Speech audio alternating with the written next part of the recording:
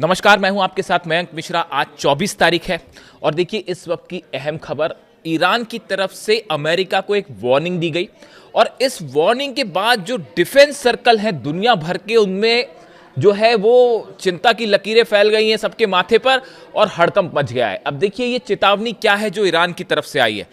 Iran का कहना है कि अगर अमेरिका ने ये इकोनॉमिक ब्लॉकेड, जो एक आर्थिक युद्ध छेड़ रखा है ईरान के खिलाफ, अगर ये जारी रहा, अगर किसी तरह के हमले ट्रंप ने फिर से किए, तो ईरान एक भूकंप वाला हमला करेगा। देखिए सरल भाषा में कहा जाए तो ईरान की तरफ से जो जवाब आएगा उससे अमेरिका में भूकंप आ जाएगा। इस तरह का बयान आया है मोहसिन रेजाई साहब की तरफ से, ईरान की नेशनल सुप्रीम सिक्योरिटी काउंसिल के सचिव। अब जैसी उन्होंने इस अर्थक्वेक वाला रिस्पॉन्स की बात की, उन्होंने देखिए जो एग्जैक्ट शब्द कहे, should Trump take action our confrontation will be like an earthquake, Rezaei said. अब भी जैसे उन्होंने भूकंप वाली बात की, उसके बाद अचानक ये चर्चाएं छिड़ गई कि भाई भूकंप तो एक ही सूरत में आता है, जब न्यूक्लियर ब्लास्ट होता है। तो इसको क्या ईरान की तरफ से अमेरिका को एक न्यूक्लियर वार्निंग माना जाए? इस तरह के सवाल उठ पड़े और जितने डिफेंस एक्सपर्ट हैं वो इस बात की चर्चा करने लगे कि क्या ईरान कोई बहुत बड़ा अनाउंसमेंट करने जा रहा है, क्या ईरान ने न्यूक्लियर बम बना लिया है, क्या ईरान न्यूक्लियर बम बनाने के बेहद करीब है, ईरान में जो डिफेंस पॉलिसी है क्या वो बदल जाएगी और डोनाल्ड ट्रंप को ये जवाब दिया जाएगा न्यूक्लियर टेस्ट करके। इस तरह के तमाम डिबेट्स जो हैं वो सुरक्षा विशेषज्ञों के बीच छिड़ गए। अब देखिए हालात क्या है फिलहाल। हालात ये है कि पिछले 2-3 दिन के आप बयान देखें तो अमेरिका के फाइनेंस मिनिस्टर स्कॉट बेसेंट की तरफ से बड़ी साफ साफ वार्निंग दी गई है कि या तो आप ईरान के साथ खड़े हैं या हमारे साथ खड़े हैं। उन्होंने ये दुनिया के तमाम देशों को साफ साफ कह दिया है कि either you are with them or with us, या तो आप अमेरिका के साथ हैं और या फिर आप जो है ईरान के साथ हैं। अब इन हालात में ईरान ने इसका उसी अंदाज में जवाब दिया और जवाब दिया मोहसिन रेजाई साहब ने, जो ईरान की नेशनल सुप्रीम सिक्योरिटी काउंसिल के सचिव बनाए गए हैं। और उसके बाद से ईरान एक बेहद एग्रेसिव मोड में है। और देखिए उनकी तरफ से क्या कहा गया। उन्होंने कहा जितने अरब देश, खास तौर पर जो अरब देश अगर अमेरिका की मदद करते हैं इस इकोनॉमिक ब्लॉकेड में, जो आर्थिक प्रतिबंध लगाए जा रहे हैं, ईरान का जो है इंपोर्ट एक्सपोर्ट रोकने की कोशिश है पूरी तरह से, अगर अरब देश इसमें मदद करते हैं अमेरिका की, तो जो जो देश अमेरिका की मदद करेगा वो सब के सब ईरान की मिसाइलों के निशाने पर होगा।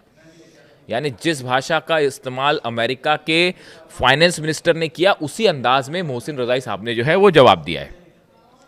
We declare to all countries do not join the economic war waged by the United States। उन्होंने सीधा सीधा कहा टेलीविजन पे ईरान के कि हम सबसे अपील करते हैं कि अमेरिका जो आर्थिक युद्ध लड़ रहा है इसमें अमेरिका के साथ ना जुड़ें।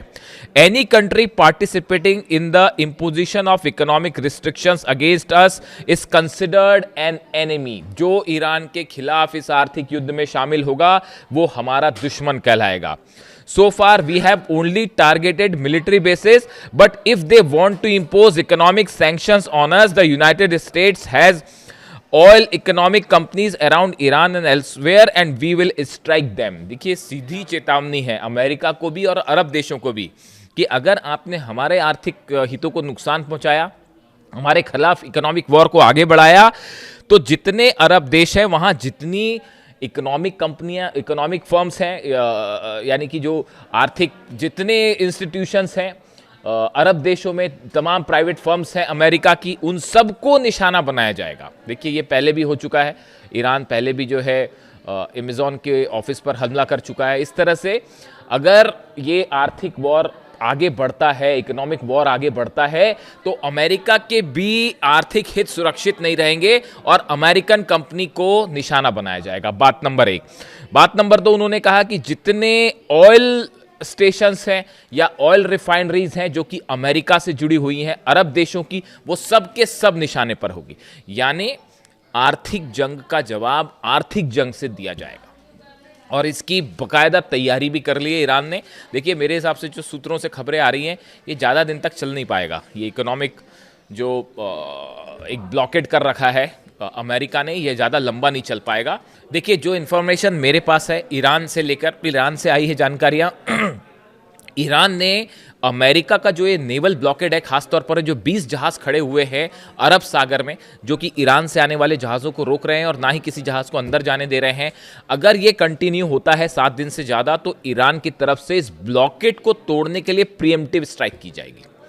यानी कि जो एंटी शिप मिसाइल्स हैं उनसे इस पर हमले कर दिए जाएंगे और ये ईरान की तरफ से प्रीएम्प्टिव स्ट्राइक होगी। देखिए, ये बात खुद जो है मोहसिन रज़ाई साहब ने जो इंटरव्यू दिया, उन्होंने उनमें 2 बात कही। पहली बात उन्होंने ये कही कि अब तक जो क्या हो रहा था कि ईरान की तरफ, अमेरिका की तरफ से, इजराइल की तरफ से हमले हो रहे थे और ईरान अपने को बचाने के लिए जो है वो स्ट्राइक कर रहा था। लेकिन अब ईरान की इस डिफेंस पॉलिसी में एक बड़ा चेंज है। ईरान को अगर ये लगता है कि कहीं हमारे पर हमला होने के लिए हथियार जमा किए जा रहे हैं या जहाज़ लाए जा रहे हैं और ये बात लग रही है कि ईरान पर हमला होगा, तो अब ईरान इंतज़ार नहीं करेगा हमला करने का, बल्कि पहले हमला कर देगा दुश्मन पे।